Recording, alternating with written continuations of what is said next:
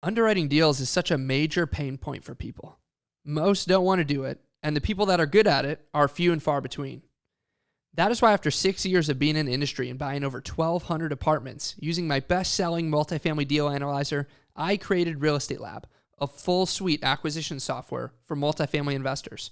We have built a product that helps investors automate their acquisitions and close more deals, all in a cloud-based platform. You can go to realestatelab.com and sign up today using the promo code TAG2 for 10% off your first 12 months. This is David Tupin. Thanks for listening.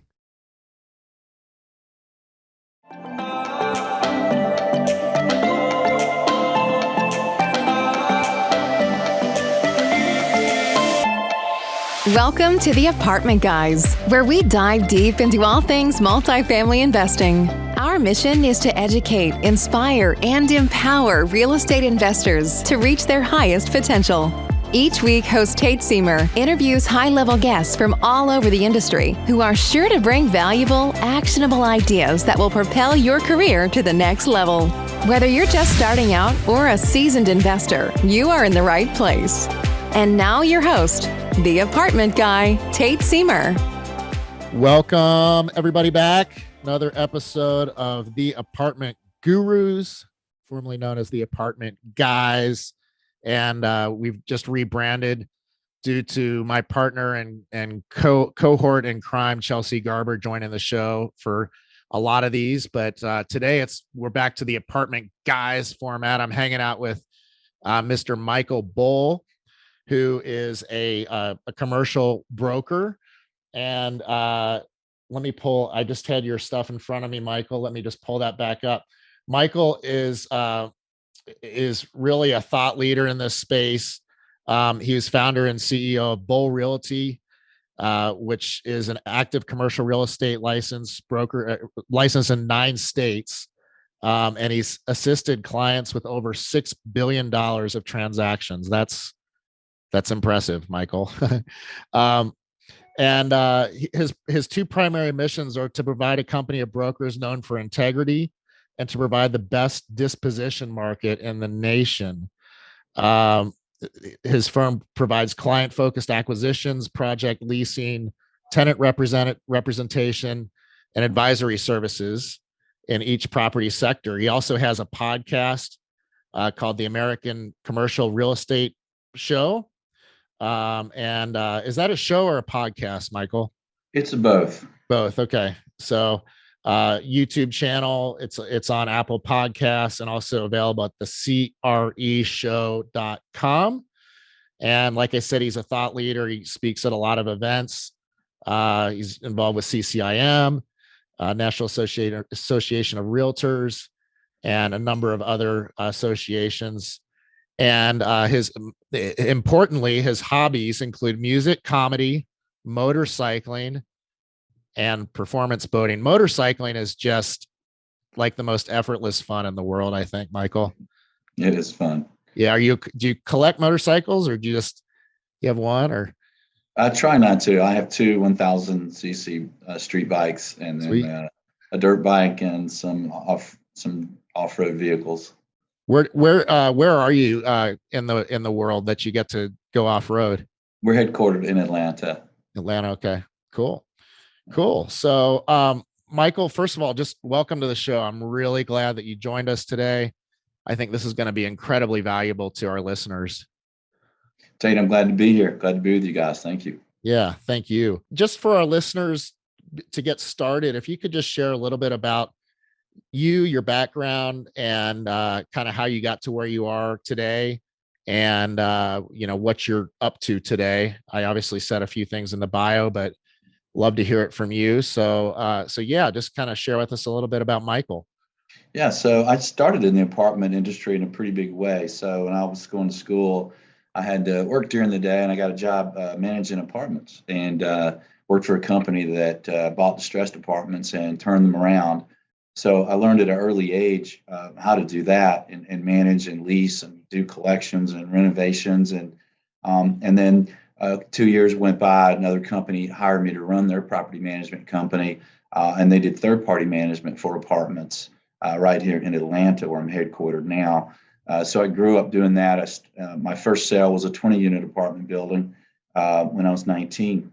Oh, wow. So, yeah, and at 22, I dropped the management side and started just selling apartments as a broker, and built a pretty big practice in Atlanta selling multifamily. And so I did that for a long time. Then about 24 years ago, I started Bull Realty, and then we've grown since then. So now we do business all over the country at times, and a lot in the Southeast U.S. And we have 50 people, I think about 35 brokers, about 15 staff. And we've been around now we'll be 25 years old, January 1. So Nice. that's how I got started. And then in the commercial real estate show, America's Commercial Real Estate Show, I started 12 years ago. It grew. It was on one radio station. It grew to 60 radio stations. Wow. Then over the years, we started dropping the stations and just went digital. So now it's just YouTube and all the podcast sites. We do new show every week for 12 years. Awesome. And then I have an online training company that provides 21 one-hour videos for commercial real estate sales agents.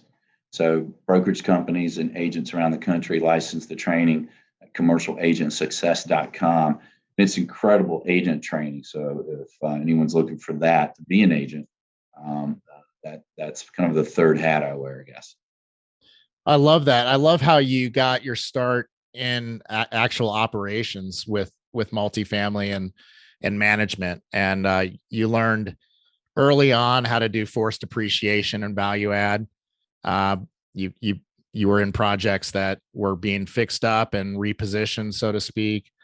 And I think that has to have been really foundational experience for you, in your starting out in your career. Yeah, it really was. I have found, even as a very young broker, that because of that experience, I was able to help clients a lot better, whether they're the buyers or sellers.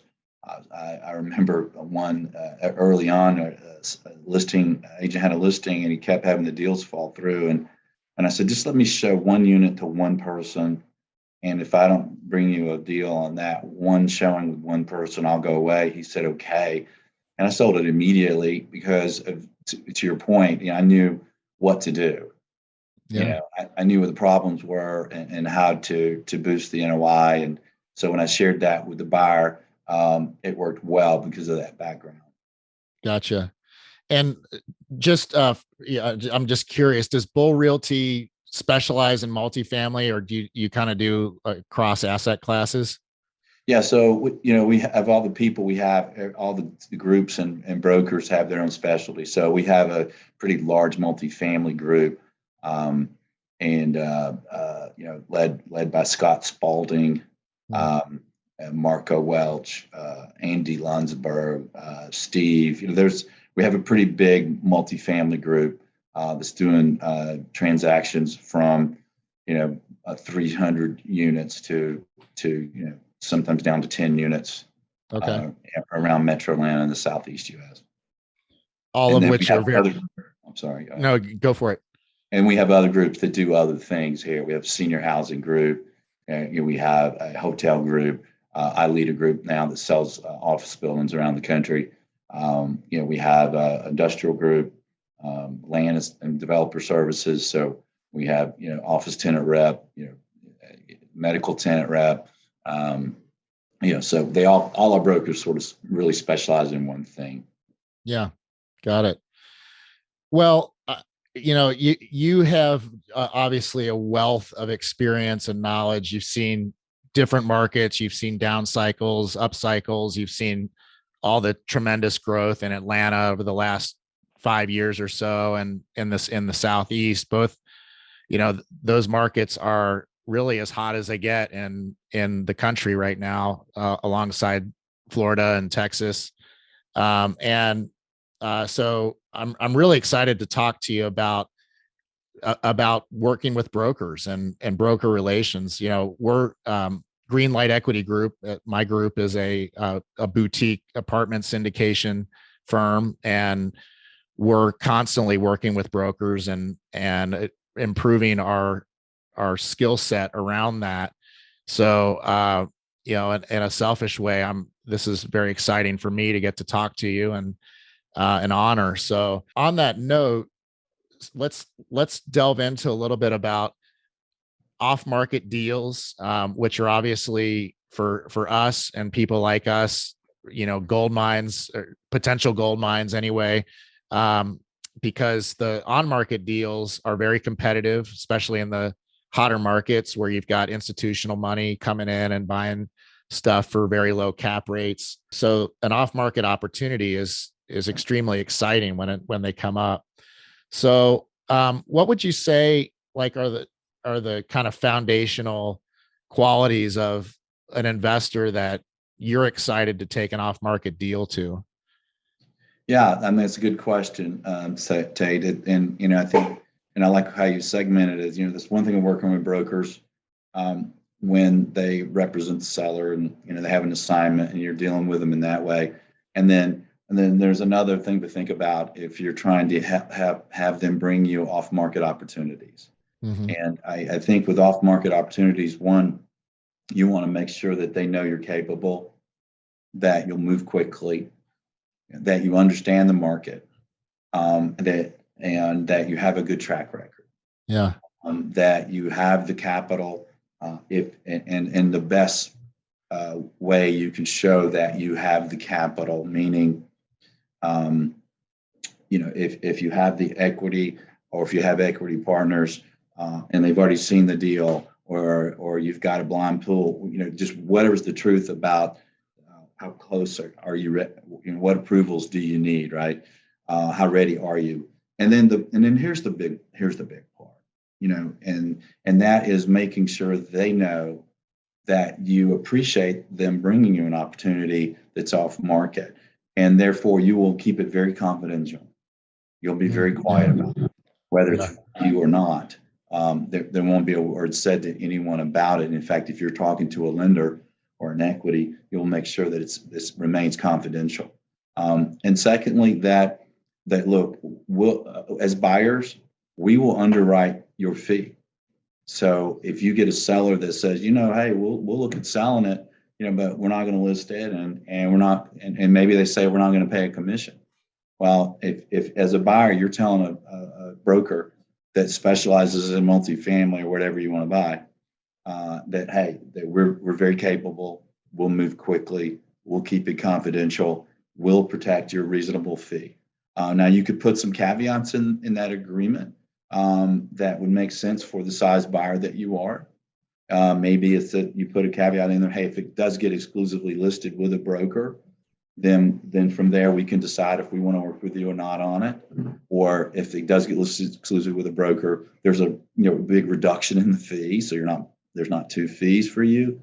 But that's the way we've seen a lot of buyers get a lot of great opportunities, because the broker knows that you'll protect them, that you'll make sure they're paid, that you'll underwrite it, and that if the deal doesn't work out, that without the broker being paid the agreed upon fee, that you won't buy it, and then they're going to bring you more deals, whether you buy it or not.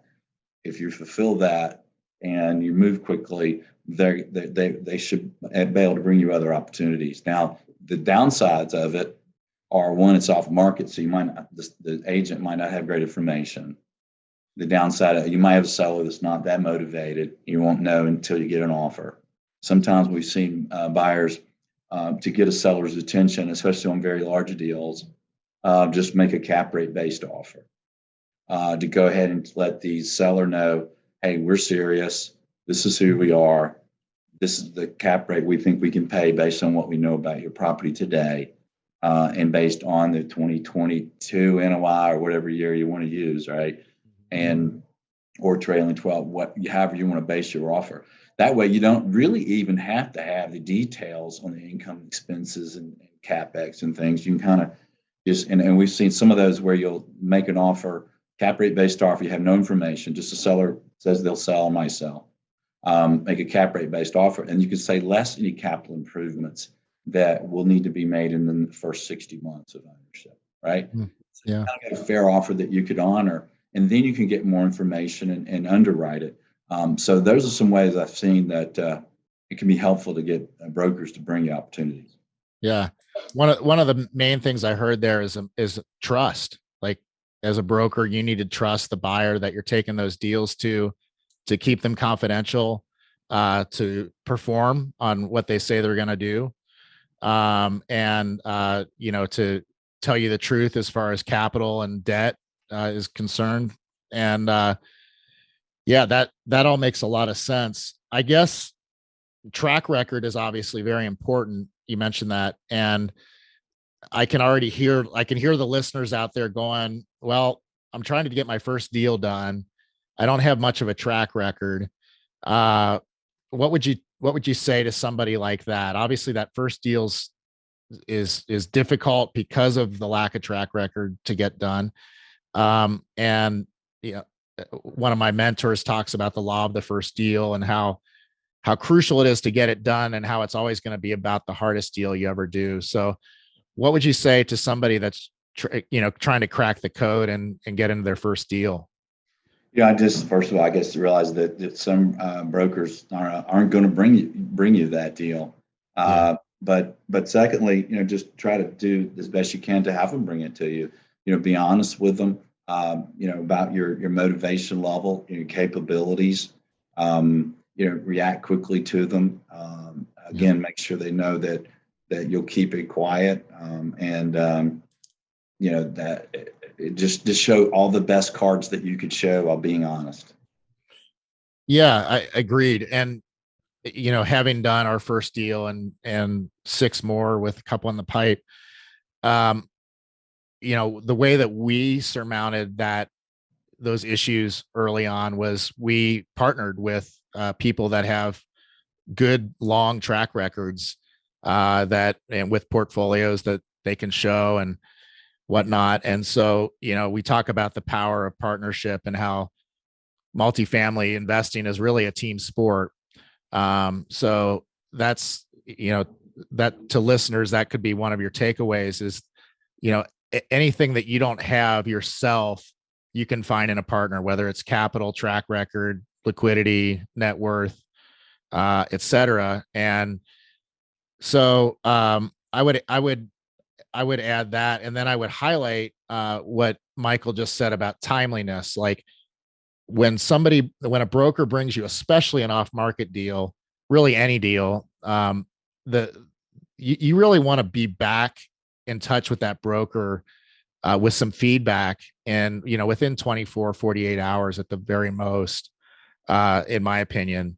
And that's going to establish trust. It's going to show the broker that you're serious, that you're taking the opportunity seriously. And even if it doesn't fit your criteria and you're a no to the deal, I'll often call the broker and tell them, why we're passing, and I'll offer to share my underwriting with the broker and let them know, show them that how thoroughly we've vetted the deal and how seriously we take the opportunity. So, do you, with your elite investors that you work with, do you find that their response time is in that 24, 48 hour range? Yeah. I mean, one of the things that we do as brokers to kind of give it to you from our view, to give you an example, I lead a team that sells large office buildings, and like we have one right now that's incredible in Chattanooga. And there's a lot of buyers that would love to own this property. And so, we look through the buyers that we have, in a database, we have, about 6,200 that buy, and this is a government lease building, that buy government lease buildings and own them. But since if we don't have the listing, on this one we do, but if we don't have the listing, then we kind of look to who's the best fit that will protect us, and have we had a discussion with them about protecting us on off-market deals. And then when we talk to them about it, first of all, if it is off-market, hey, do you have the bandwidth? Do you have the time? Do you have the equity? How quickly could you kind of look at this and give us your interest level? Because as brokers, speaking for us as brokers at Bull Realty, if it's off market, it's not our job to get buyers competing. If the seller hasn't listed with us, we don't represent them, and that's not, we haven't accepted that assignment to go do that. So we want to kind of give that ability or that advantage to the buyer, right, for working with us and protecting our fee and underwriting our fee. But we ask them, hey, if we bring this to you rather than someone else, then how quickly could you look at it, and is something in this realm, in the ballpark, cap rate wise, size wise, class, etc. Mm-hmm. Yeah. Do you find that with either the yeses or the nos, that you're basically talking to the investor and presenting them the deal, and you're asking them for trust? Are you in that typical situation, is the buyer paying your commission? I think on off-market deals, it behooves the buyer and the broker for the buyer to underwrite the fee. Okay. Because that way, when the seller takes it to his partner, his equity, his wife, her husband, right, and they start talking about it, they don't say, well, did you list it? Did you agree to pay? I mean, and I think it just makes it more attractive if it's a net offer. Yeah. So I do recommend, if it's off market, that you underwrite the fee to take care of the broker, unless the broker tells you up front, the seller's agreed to a commission, so it's fine built into the price. But if given the option, I would go with buyer underwritten. Okay. And that makes total sense. And, to listeners, like, this is a long-term relationship that you're looking to form with the broker, and it's a long game, right? Like, ideally, this is a person that's going to bring you multiple deals for years and years. And at the end of the day, the broker really has such a key role for you being successful in that deal and for you getting the deal to begin with. And the broker, in the grand scheme of things, really is not making a huge amount of commission, when you're talking 2 to 4% roughly, depending on the setup. And as a buyer, I want to make sure that broker is getting compensated, and in a fair way, and that we're showing appreciation in all the ways, like all the important ways. It's just super important that it be a win-win for the broker. And I think as investors, it's easy to put brokers up on pedestals and forget that they're people too, just like us. And for us, the brokers that we work closely with, we know about their kids, their hobbies, their vacations, and we have personal conversations with them on the regular. So what Michael's saying is, like, that extra, again, 2-4% that you need to underwrite to get your broker paid is so crucial in this space. And so you don't want to nickel and dime the broker. And Tate, I give you another way to look at that. Another way to look at that is, look, you want the best deal in the marketplace, regardless of what fees are paid to whom by whom, right? Yep. So if there's 6 deals out there, and the best out of the 6 is with you paying my commission, but it's still the best deal, you want it, right? Absolutely. So I think if your initial thoughts are, I'm a buyer, why would I pay a commission? You're paying it because you want the best deal out there. You want to make money. You don't care who's paying what. In fact, sometimes if a seller won't pay a commission, it might be the best deal ever because it's not being marketed properly, right? Yeah. So that's one of the big advantages. And then to go back to your question about credibility for buyers that are earlier in their career. I had a buyer that just made an offer on some apartments that are for about $10 million. And he engaged me to represent him, and he engaged me to represent him for the credibility. And and it's interesting, you talked about the historic nature of the relationships. This buyer used to use me to buy apartments 30 years ago because of the credibility, because he was young and he knew if I was representing him because of my reputation in the marketplace, there was no further questions. I'm not going to work with somebody who doesn't have the ability to close and is not reasonable close. I don't have time for that, right? I'm too successful for it. So also sometimes working with the right broker can kind of give you instant credibility. Well, no, Michael Bull wouldn't be working with him. When I presented the offer, I said, look, I've sold this group over 100 properties. Wow. Told the seller, if you sign the contract, this will close unless there's a problem that you haven't shared with us. So it gives you instant credibility, and of course their experience too could potentially help get through any wrinkles in the transaction. That's an excellent point. And it's actually something I hadn't thought about. We've engaged brokers to represent us on the buyer side when there was a listing broker, right? And we did that really for the exact reasons you were just talking about, for the credibility. It was kind of early in our trajectory, and we needed a little boost to kind of get us over the hump with one of our deals. And so we engaged that broker to represent us. And then, that really is a great kind of supplemental to the whole idea of bringing in a partner for their track record. You bring in a broker with their track record and their expertise and their history of performance, et cetera. And, that's another leverage point right there for your credibility. Like Michael said, that's good stuff. Yeah.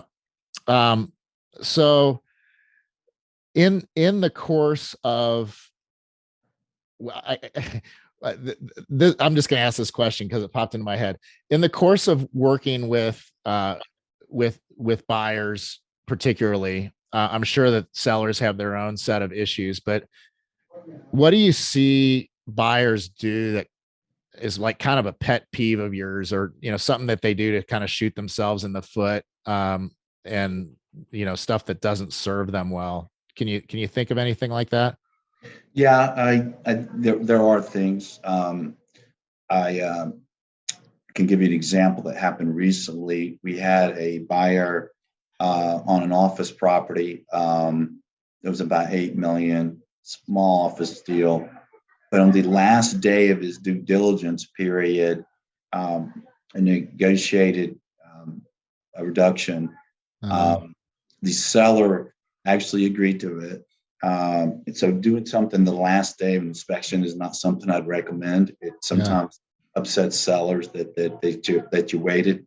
And then when it didn't get signed, he in time for the due diligence, and he had to cancel to protect his earnest money. And we're just going to do the paperwork the next day. He didn't agree to it. So I think unreasonable retrades, having that as your method of operation. So now every time he competes for a deal that we take to the market, we'll have to be honest with our clients and let them know what the history is in the MO of this buyer. So you can start getting a reputation. And, especially with a broker that brings a lot of deals to the market, like my team does in the office properties, we not only do we want to have a smooth transaction, we actually owe the duty to our client to be honest with them. And one of the things that we do when, back to the kind of the other way to work with brokers, when it's a listing broker, right? And the listing broker has taken something to market, we'll line up, let's say we have 6 offers or 16 or whatever. What we do as brokers at Bull Realty is we line up, the deal numbers, right? The pricing, earnest money, timeframes, contingencies. But then we have a big section on our buyer interview and their ability to close and their track record, and then a percentage chances that we think of the deal closing at the agreed upon price.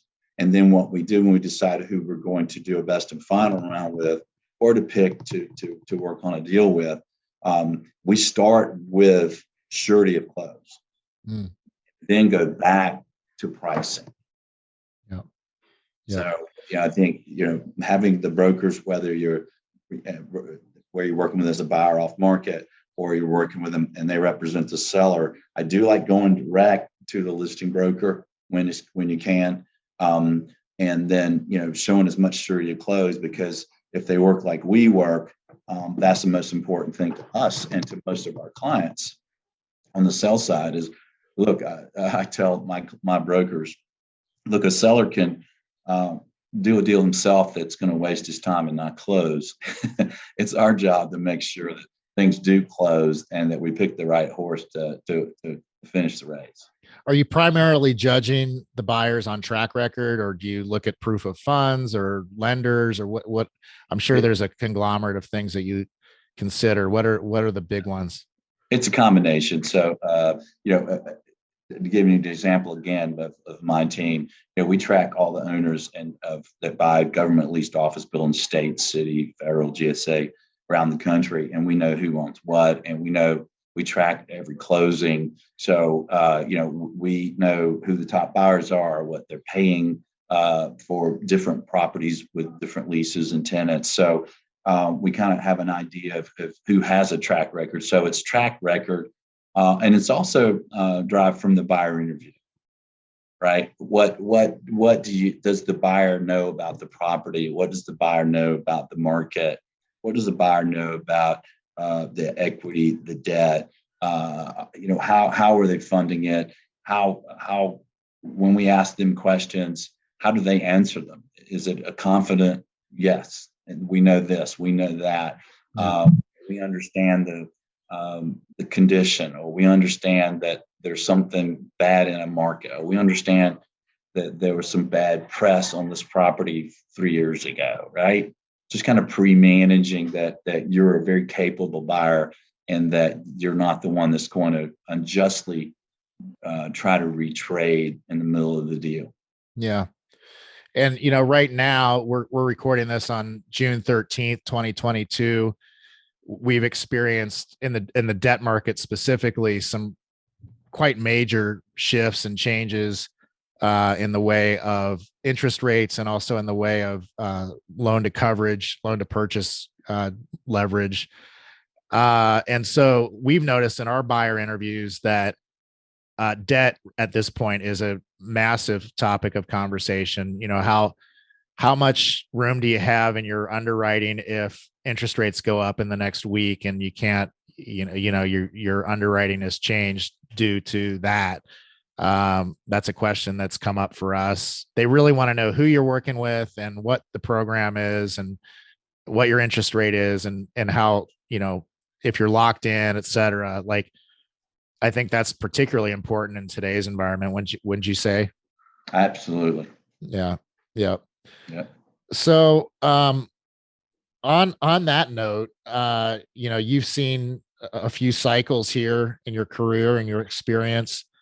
I'm sure you haven't seen anything quite like this as far as the debt market goes, with rates spiking as much as they have and likely to spike some more. As of yet, we really haven't seen much in the multifamily space of cap rates responding, sellers responding to those higher interest rates. A lot of sellers think they're still in a seller's market, and depending on the market that they're in, they very well may be, because of the supply and demand factors. But what are you seeing this time around that either gives you concern or makes you hopeful, or I don't want to ask you to get your crystal ball out and make predictions necessarily, but what are you seeing this time around that's noteworthy? We're seeing the same thing as far as buyers starting to adjust their underwriting for a higher interest rates for their funding. And we're seeing kind of what you're seeing as well, is that some of those buyers are not winning the deals, and because there's so much buyer pressure and so much equity out there, and there's so much confidence and rents continuing to increase at this crazy level that we've seen. In Georgia and the Southeast, some of them have been increasing 10% a year. Well, obviously that's not going to so the interest rates aren't going to have as much impact on cap rates when rents are going up that fast. Right. I think you got wage increases that have helped with the affordability issues on some of these communities.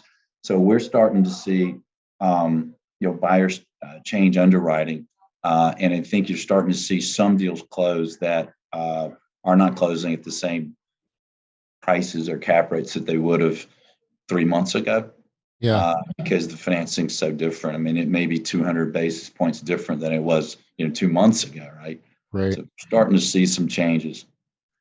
Do you see sellers starting to adjust their expectations at all yet? Yes, some of them are. And I think it depends on obviously the size of the deal and the location, right? But Yep. yeah, some of them are. And some of them are in just locations where the rent increases are expected to be so high that the sellers don't have to adjust yet. Yeah. But it's starting to happen. I think you'll start when you see the end of the second quarter results. I think you'll start to see some flattening and in some cases some increases in caps. Yeah. So if you're a multifamily buyer at this point, are you sitting this out for a second and seeing where interest rates go? Or are you taking advantage of interest rates being lower than they likely will be? What do you think on that? Jay, that's a great question. And, Right. And I think it depends, on your personal, goals and other properties and things, and the actual, property and the potential of the actual property. But to your point, I think interest rates are going to continue to rise. So you might lock in a rate today that seems high compared to 2 months ago. But you might look at a year from now and go, wow, I'm glad I secured that deal and I secured that financing. So I would still be heavily looking at deals and maybe just being a little more careful, with my underwriting and projections. Yeah. And I would add to that, just be careful about the market that you're in too, because there is very much a supply and demand issue in this cycle that wasn't necessarily there in the 07, 08 crisis that we had. You didn't have such upward pressure on, you had upward pressure on home values for sure, but you didn't have this upward pressure on demand across the board, whether it's Class C, Class A, multifamily or single family. We've just got a shortage of housing in this country right now. And that said, there are, there's markets that are losing population. There's markets that are gaining population quickly. So, to me, there's some insulation built in if you're in the right market. Absolutely. Yeah. And Atlanta and the Southeast those are good markets. So, on a green light note, we're continuing to underwrite deals. We're continuing to write LOIs that work for us. And we've also changed the asset class that we're going after. We cut our teeth on the value add Class C stuff that so many other people do. And we have, the 2 deals we're working on right now, actually 3 deals we're working on right now are all Class A and in a hot market of Columbus, Ohio. So, we feel like we've got 3 properties that that even though they're Class A and they're newer buildings, the management hasn't done a great job keeping up with the level of market rents. And so there's organic rent growth that's available. And then there's also some light value add that we're doing. So, we're playing the rent growth play in that market. And, with inflation going up and whatnot, like you said, to your point, rents are not likely to, they might decelerate in their growth a little bit, but they're likely to keep going up based on what we're seeing. It's good to hear your green lighting deals. Yeah. Well said. Okay, great. So, I guess, to just back to the point of being a good investor, a good elite investor, to me, the way I would summarize that is I would say that your professionalism is huge. Who you partner with is huge. Who represents you is huge.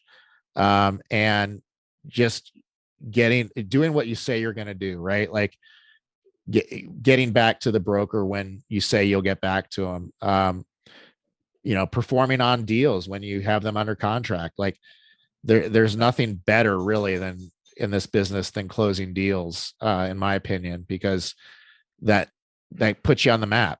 And I can throw out another tip for you there. Yeah. I was in the business about 5 or 6 years when this happened to me as a broker of 5 or 6 years experience. So of course I knew everything.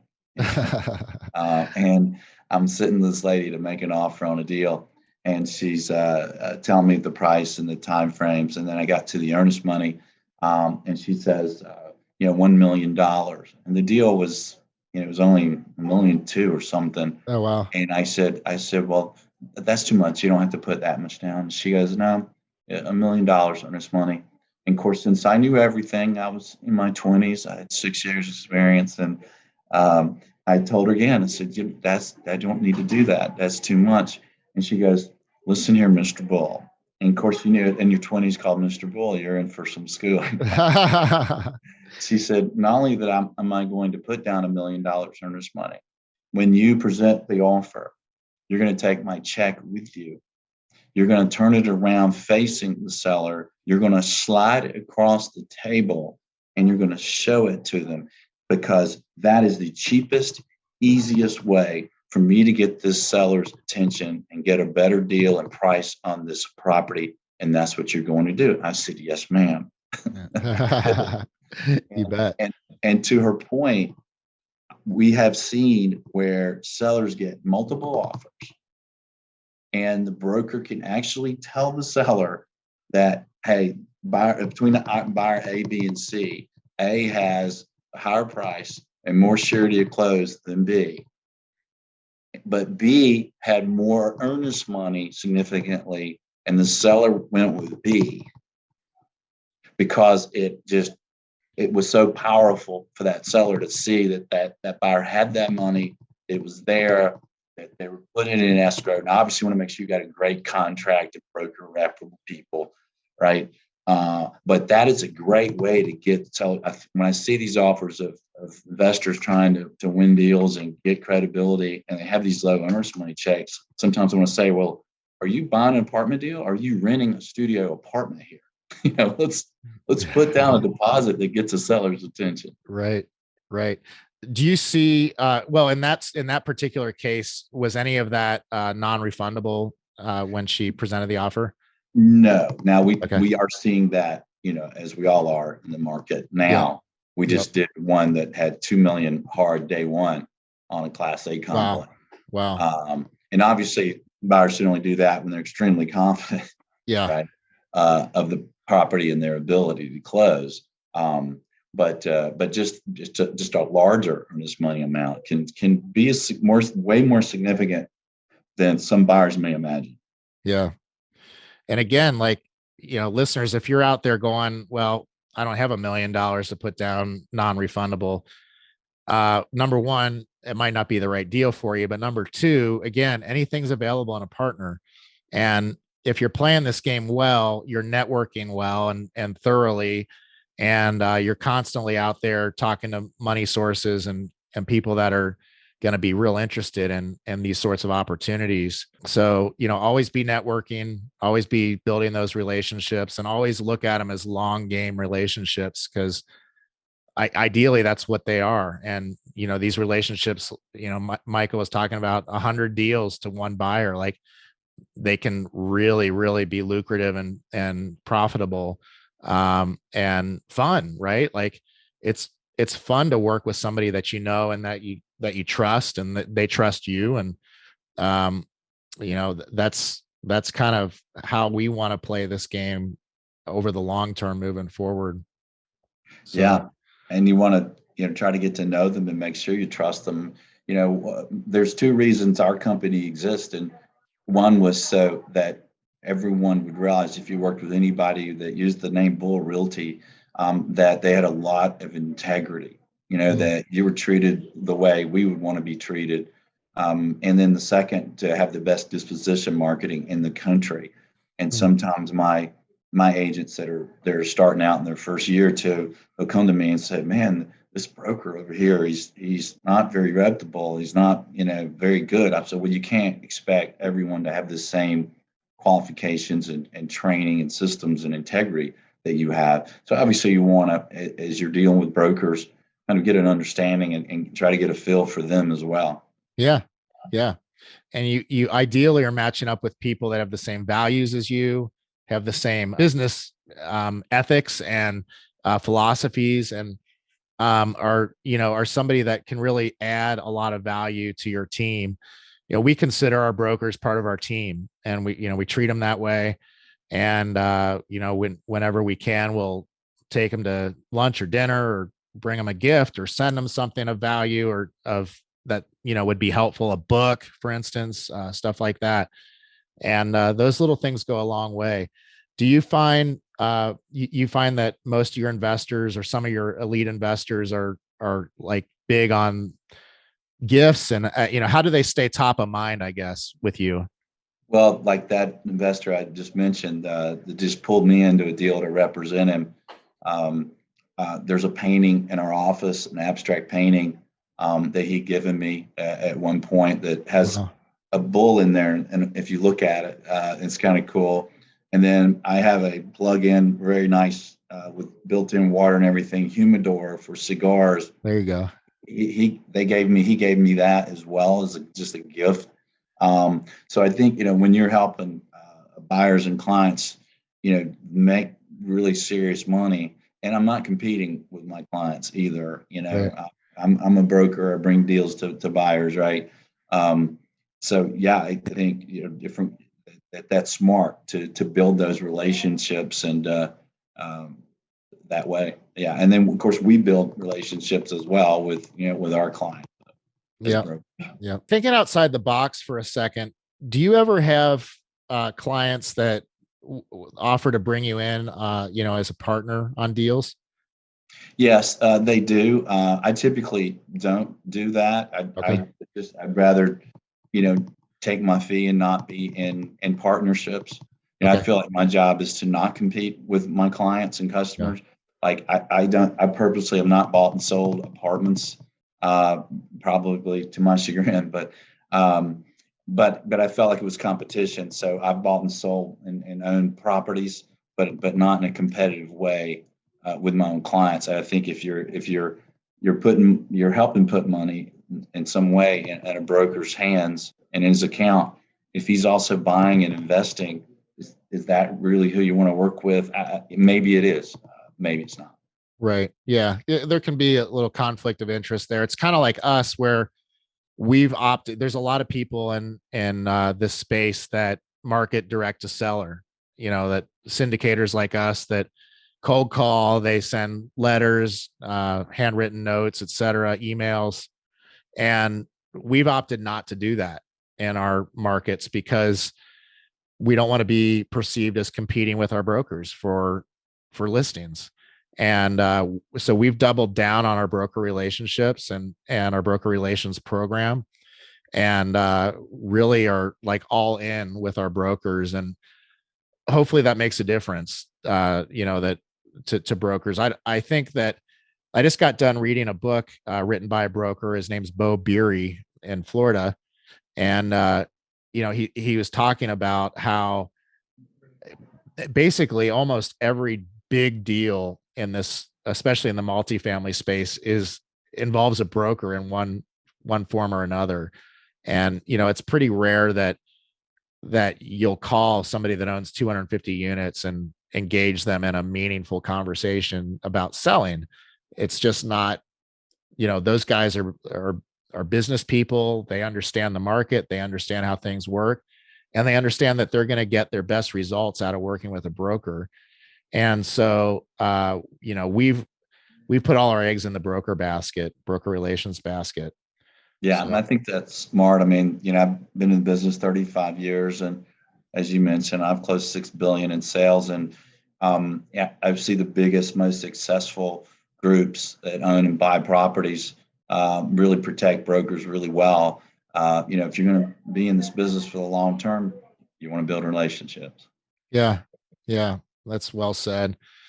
And, like, I think that might be a good place to kind of start wrapping up. It's really like foundational, this relationship thing. And we talk about it a lot on this program, but right now, listeners, you're hearing it right from a broker. Like, this is the source of your deals moving forward.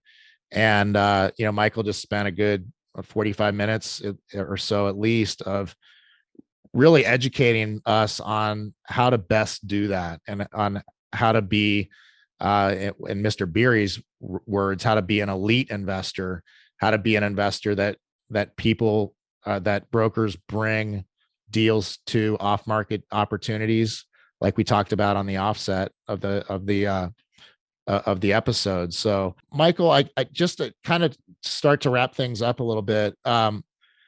Do you have any like final thoughts, or for investors that are either trying to get their first deal done, trying to get their broker relationships going, or trying to raise the bar in their business? Any kind of last words of wisdom for us? Yeah, I'm gonna give you a real inside tip here. You ready? I'm ready. Buy low, sell high. There you go. Yeah. Good. I think you covered it. I think if you study your market well, and you've got a great plan, and the comps, and the rents, and the market and size deals that you want, you know how you're going to fund it. You know who your equity partners are going to be and who your lender is going to be. And the more you're kind of set up for that, and maybe you don't contact the broker too early, right? And get that first impressions kind of last forever, right? Yeah. And make sure you're ready to build that relationship, and that you're able to answer with confidence questions related to that, and before you contact them. So be ready. There's nothing worse to a broker than somebody calling us and, what are you looking for? I'm open to everything. Right. Well, what price range? Everything. Where? Well, anything. Like, anywhere. Yeah. You're not very far along then, are you? Yeah. And I'll just add like an example from my world. We're in Oklahoma City, and we have properties there already. We shop there, pretty actively. And a young startup investor in Oklahoma City found out about us and has networked with us, and is out basically building these relationships with brokers, and is able to say, I'm being mentored by Tate Seamer, and he's offered to even partner with me on deals, and he's leveraging my experience and credibility, as a partner to build, and he hasn't closed a deal yet, but he's doing a great job laying the foundational work that you were kind of alluded to, that you need to do before you start calling brokers, right? Like, you need to know how to speak the language. You need to know your criteria, and you need to sound intelligent about your criteria, and not just say anywhere, any price, like Michael was just saying. And the more specific you are, the more knowledgeable you're gonna come across, and the better off you'll be. The last thing I'll add is ask good questions. Like, treat that broker like the expert that they are, and ask the smart questions, like, what do you see in cap rates in Class A right now in this particular submarket, or what do you see in that, where are you seeing the opportunities come from?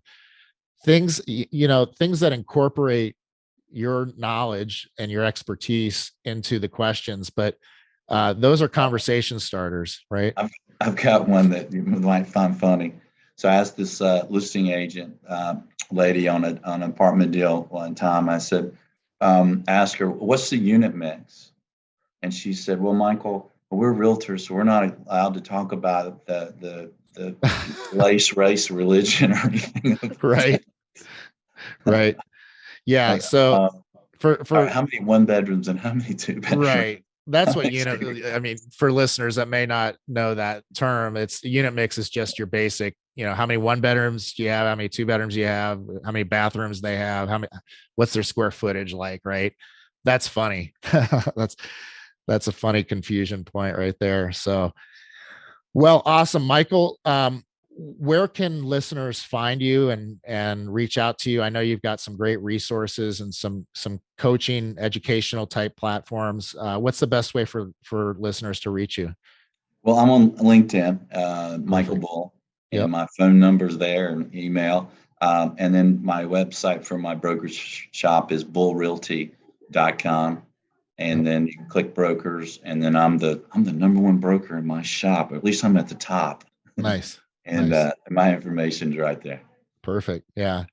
Well, the company's named after you, so that seems appropriate. So. There you go. And I love the name, by the way. I think that's just a fantastic name. You were blessed with a good name. Yeah. So, on my jackets, I've got a few suits that were tailored. And they said, well, Michael, we're going to put your name on the inside. I'm like, you know what? I think I can remember my name. Let's put something else. So now when somebody asks me, what's the market like? I just open it and it says bull market. A bull market. Bull market. That's great. That's great. Well, Michael, this has been a pleasure and an honor to have you on the show. There are some awesome takeaways from this. Hopefully my listeners got a lot out of it. And like I said, it's a rare treat to get to talk to you guys on this level and learn more about how we can be better as buyers. Right. And so I really appreciate it. And thanks for coming on. Honored to be on the show. Thank you. Keep doing the good work. Will do. And listeners, you guys keep doing your good work. You're listening to the end of one of these podcasts again. And I'll just remind you, that's one of the things to be doing, like the specialized knowledge piece and, your knowledge around, your education around how to speak the language, how to treat people, how to build relationships. This is foundational stuff and can be worth millions and millions to you in the long run. So I hope you got a lot out of this, and we'll see you on the next episode of the Apartment Gurus. In the meantime, stay in touch with Michael and reach out to him. And we're always here as well. So thanks again, Michael. And thank you, listeners. Appreciate all of you. Thank you, Tim. Yeah. Take care, everybody. Thanks for listening to The Apartment Guys with Tate Seamer. Tate and friends are grateful to have you as a loyal listener. If you like what you've heard, please subscribe, rate, review, and share with friends on your Apple Podcasts, Google Play, Spotify, or any other podcast platform. Also, check out Tate's YouTube channel for videos of many of these episodes and more. Until next time, take massive action steps and rock on.